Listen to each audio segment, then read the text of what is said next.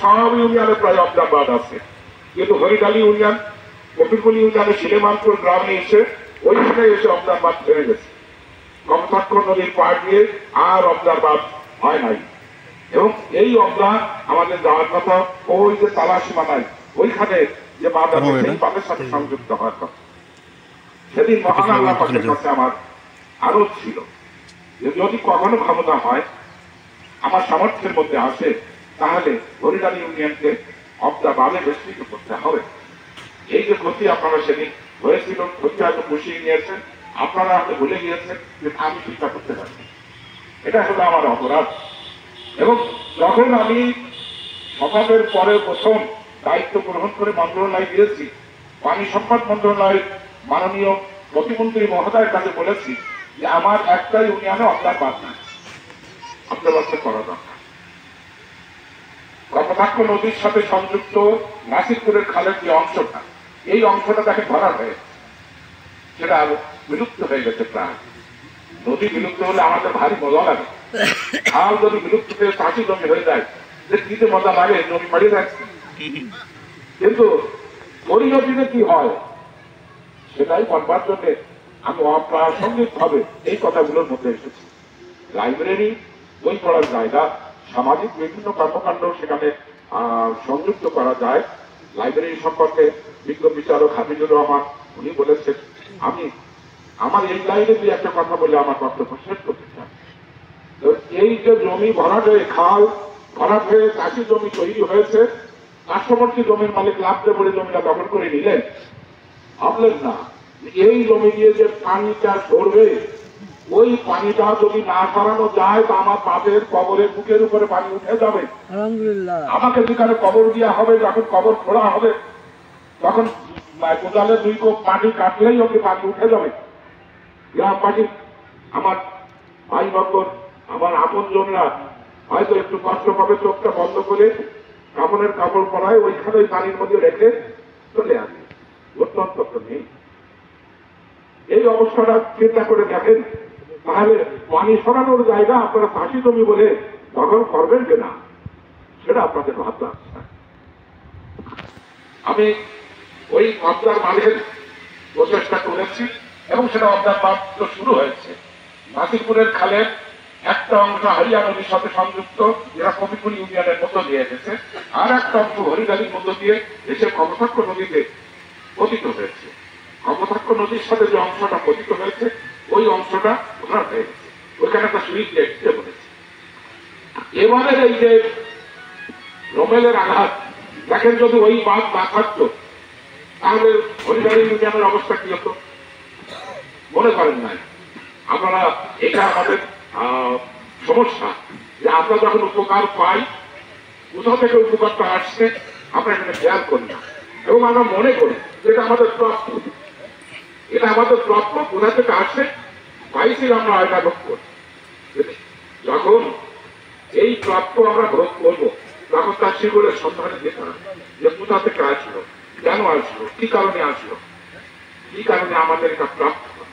তাহলে আরো মানুষ অনুপ্রাণিত হতে পারে যে এই কাজগুলো করা দরকার।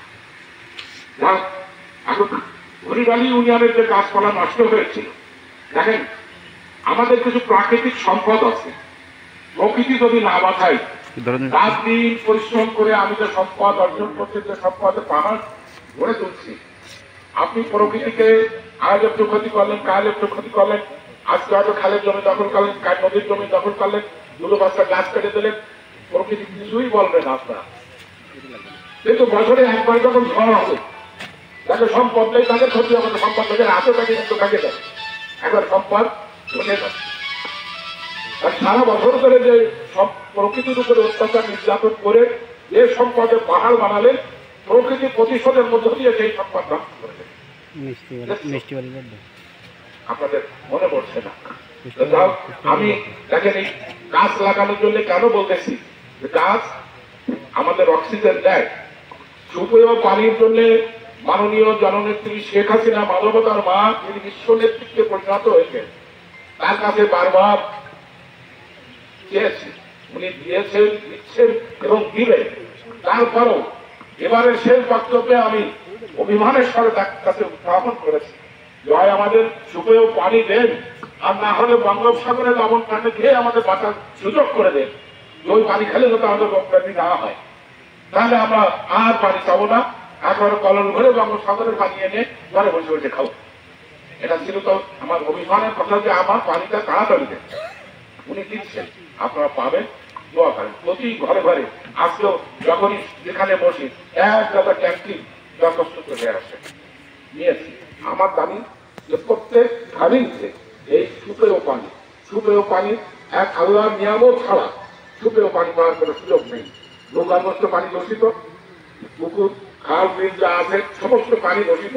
ডাক্তার ভালো বলতে পারবে যে কি পরিমাণে দূষিত। ভূগর্ভস্থ পানি একে তো নাই, শুষ্ক মৌসুমে ভূগর্ভস্থ পানি কি বলে লেয়ার পাওয়া যায় না, আর না পাওয়া যায় আয়রন আর্সেনিকে ভর্তি, আধা গোটা পানের অযোগ। একমাত্র সুযোগ এখন আছে, যেটা হলো আকাশ থেকে আল্লাহ নিয়ামত স্বরূপ যে বৃষ্টির পানি পড়বে, এই বৃষ্টির পানি আমাদের ধরে যেতে হবে। এই হলো আমাদের নিয়তি, এই হলো আমাদের পরিণতি।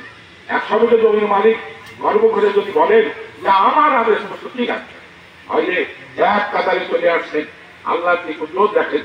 ধনী আর দরিদ্র উভয় এই বৃষ্টির পানির দিকে তাকায় থাকতে হচ্ছে, যে এই বৃষ্টির পানি একমাত্র বিশুদ্ধ পানি, যা আমাদের না হলে হবে না। সেখানে ধনীরও যা, দরিদ্রেরও পায়। প্রকৃতি তাকে সাম্যবাদের কাতারে নিয়ে এসেছে। একটা গাছ আমাদের অতি প্রয়োজন। একটা পূর্ণবয়স্ক গাছ 4 জন মানুষের অক্সিজেন সরবরাহ করে। আমাদের যা বৃক্ষ আছে, এই বৃক্ষে কতজন মানুষের অক্সিজেন দিতে পারে? এবারে বক্তব্যের মধ্যে দেখেন, আমি সুন্দরবনের কথাটা কেন নিয়ে গেছিলাম। সুন্দরবন আমাদের জন্য এই পরিমাণে উপকার। প্রত্যেকটা ঘূর্ণিঝড়, প্রত্যেকটা সুনামি, প্রত্যেকটা দুর্যোগ প্রথম সহ্য করে। আলোচনা শেষ হয়ে গেলে পরে গ্যাসকে পছন্দ লাগবে, ছবি নেবো সবাই, ঠিক আছে? ওনার বসে থাকবে, আপনার ছবি নেবো সামনে, সবাই পেছনে চলে যাবে। বলি দিয়ে সবাই বলি দিয়ে সবাই বলি দিয়ে গ্যাস করে জ্বালাবেন। সেইটা আমরা বুঝতে পারি, যা সুন্দরবনকে অতিক্রম করে জনপদে আঘাত করে। এবারে সেটা করেছে, হরিণ মারা গেছে, সমস্ত বন্য প্রাণীরা বিপর্যস্ত হয়েছে, সুন্দরবন বিপর্যস্ত হয়েছে। এই বন সংকুচিত হচ্ছে। আমাদের দেশে যে বৃক্ষ আছে, এই বৃক্ষ আমরা যদি আরো না বাড়াই, তাহলে পানি না খেয়ে, এই পানি না খেয়ে আমরা 2 দিন থাকতে পারবো, কিন্তু অক্সিজেন না হয়ে 5 মিনিট থাকতে পারবো। না বন্ধ করে দেয় যদি 5 মিনিট থাকা যায়, তাহলে পানির থেকেও বেশি প্রয়োজন হলো অক্সিজেন, যা আমাদের দেশে সংকট হচ্ছে। আমি এখানে একটা পরিসংখ্যান লিখতেছিলাম এই যে আমাদের দেশে একজন মানুষের জন্য, একটা গাছের জন্য 4 জন মানুষ অক্সিজেন পায়। এই একই সময় দেখা গেছে যে ভারতে পায় 28 জন। 28 জনের জন্য সেখানে পর্যাপ্ত পরিমাণে গাছ, যে গাছ আছে তাতে 28 জনের মোটামুটি ভাবে অক্সিজেন নিতে পারে। আর একইভাবে সেখানে কানাডায় একজন মানুষের জন্য আছে 10,160 টাকা। আর আমরা আমাদের দেশে 3 কোটি গাছ প্রতি বছর কেটে ফেলি।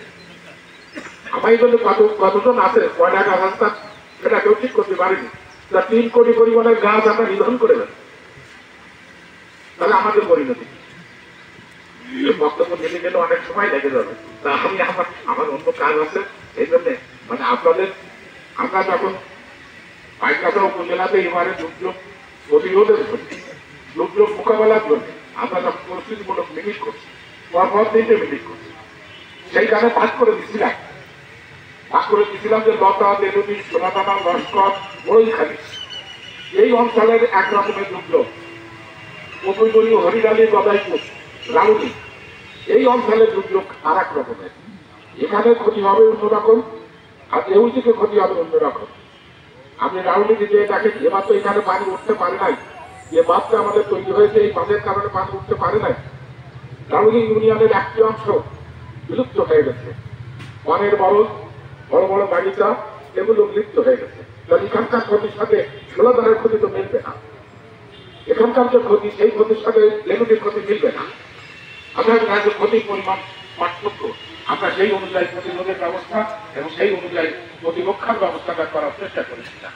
হরিয়ালি ইউনিয়ন আল্লাহর হস্তে মোটামুটি কম ক্ষতির মধ্য দিয়ে আমরা পার পেয়েছি, কিন্তু একটা জিনিস আগে থেকে ক্ষতি হয়ে গেছে, ইয়ালা রহিমপুর উলুডাঙ্গা ম্যাপ থেকে বিলুপ্ত হয়ে গেছে, ওখানকার ম্যাপের চেয়ারে বদলে গেছে, সিএস এর ম্যাপের সাথে হাল আমলের ম্যাপ মিলবে না, ওই আইএসএ খতিয়ানের সাথে হাল আমলের খতিয়ান মিলবে না, নদীর ভাঙনে তা বিলুপ্ত হয়ে আলাদা জনপদ তৈরি হয়ে গেছে।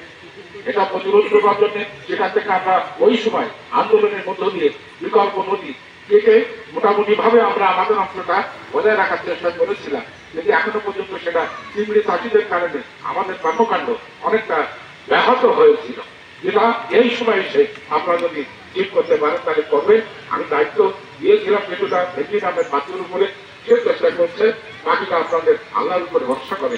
প্রকৃতিকে বাঁচা, এটাই হলো আমার মূল বক্তব্যের মধ্যে একটি বক্তব্য। এটাই বলবার জন্য আমি এত কথা বললাম যে প্রকৃতি আমাদের আল্লাহ প্রদত্ত সম্পদ। এটা আব্দুল হান্নান সাহেব ও আরো ভালো বলতে পারবে, সেটা অত্যন্ত লেখাপড়া করে গবেষণা করে। তো প্রকৃতি আমাদের আল্লাহর নিয়ামত। কোনো খাল কোনো নদী দেখেন মানুষ কেটে রাখতে পারে নাই, যত খাল নদী নালা আমরা পর্বত যা আমরা ভোগ করছি, সে এগুলো একেবারে প্রকৃতি প্রদত্ত সম্পদ। এই সম্পদ ধীরে ধীরে মানুষের অপব্যবহারের কারণে এই সম্পদ নষ্ট হচ্ছে। এই সম্পদ যদি বজায় রাখতে আমরা না পারি, মানুষের দুর্ভোগের কোনো শেষ থাকবে না। আমরা অবদার টেকসই ভেড়িবাঁধের কথা বলি, আমি সংসদেও বলেছি যে অবদার ভেড়িবাঁধ আমরা উঁচু করলাম, টেকসই করলাম, নদীর বুক উঁচু হয়ে যাচ্ছে, পানির উচ্চতা প্রতি বছর বছর বাড়ছে। এ পর্যন্ত আমরা দেখাই যে বছর যে পর্যন্ত পানি বেড়েছে, গত বছর ওই পর্যন্ত পানির লেয়ার ছিল না। আগামী বছর দেখবেন তার থেকে আরো 1 ফুট পানি বেশি হয়েছে। আমরা পানি সেই সাথে যদি পাল্লা দিয়ে আমরা অবদার বাঁধ যদি উঁচু করতে থাকি, তাহলে একসময় অবদার বাঁধ আকাশ সমান উঁচু হয়ে গেল, আর পানিও আকাশ সমান উঁচু হয়ে গেল। আমরা যেখানে বসবাস করতেছি একটা গর্তের মধ্যে বসবাস করতেছি, ওই গর্তের মধ্যে যদি কোনো ছিদ্রটির পানি ঢুকে যায়, তাহলে হাবুর মুখেই মরা ছাড়া আর কোনো রাস্তা আমাদের থাকবে না, পানি নিষ্কাশনের কোনো ব্যবস্থা থাকবে না, ওই পানি বেরোবে না, কোথায় যাবে? তাহলে এটাই হবে সাগর, এটাই হবে নদী, আর ওই নদী হয়ে যাবে আমাদের উঁচু জায়গা।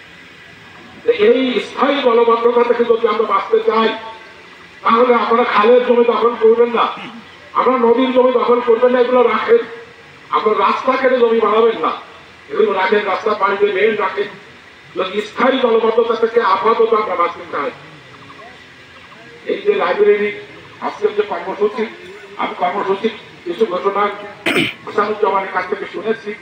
এই কর্মসূচির মধ্যে আপনার এই কর্মসূচিগুলো নিয়ে মানবতা ছাড়া কোনো রাজনীতি হয় না, মানবতা ছাড়া কোনো সমাজসেবা হয় না। এই লাইব্রেরির কর্মসূচির মধ্যে প্রকৃতিকে বাঁচানোর কর্মসূচি গ্রহণ করুন, সেটাই হবে জনবান্ধব কর্মসূচি, সেটাই হবে আপাতত মানুষ বাঁচানোর কর্মসূচি। প্রকৃতি যদি বাঁচে মানুষ বাঁচবে, আর প্রকৃতি যদি ধ্বংস হয় তাহলে মানুষের বেঁচে থাকার কোনো সুযোগ নেই।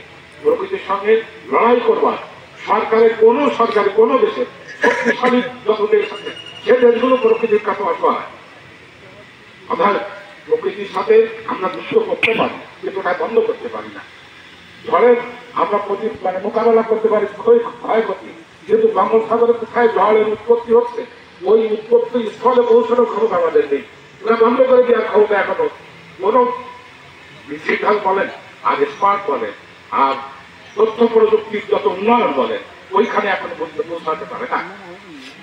আমরা জননেত্রী শেখ হাসিনার নেতৃত্বের প্রতি অতীব আস্থাশীল। তার স্মার্ট বাংলাদেশ 2041 সালের মধ্যে হবে, এটা নিশ্চিত করে আমরা মহান আল্লাহ পাকের বলে ভরসা করে বলতে পারি যে উনি যেটা বলেন সেটা করে। এই স্মার্ট বাংলাদেশ গড়ে তুলবার জন্য তার আনুষঙ্গিক যে সমস্ত প্রস্তুতিগুলো, এই প্রস্তুতিগুলো এর মধ্যে প্রকৃতিকে বাঁচানো, প্রাকৃতিক সম্পদকে বাঁচানো, বৃক্ষরোপণ এখন সিজন আসছে।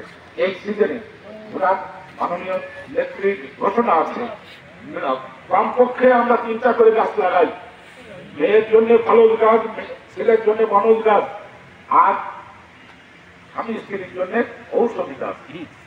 এই 3টে গাছ কমপক্ষে প্রত্যেকটা আমরা লাগাই। ঠিক আছে, আপনারা ভালো থাকেন।